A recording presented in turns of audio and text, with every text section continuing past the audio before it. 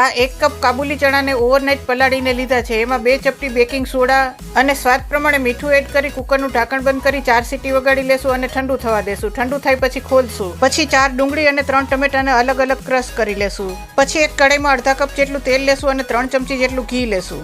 તેલ ગરમ થાય એટલે આખું જીરું, એક નાની એલચી, એક મોટી એલચી, તજનો ટુકડો, 4-5 લવિંગ એડ કરશું.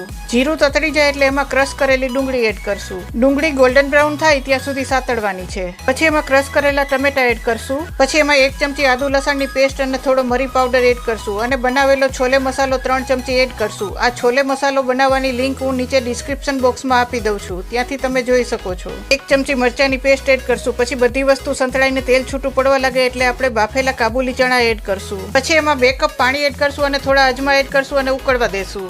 બરાબર ઉકળી જાય અને તેલ છૂટું પડવા લાગે એટલે ગેસ બંધ કરશું અને છોલેને સર્વ કરશું. તૈયાર છે ખૂબ જ ટેસ્ટી છોલે.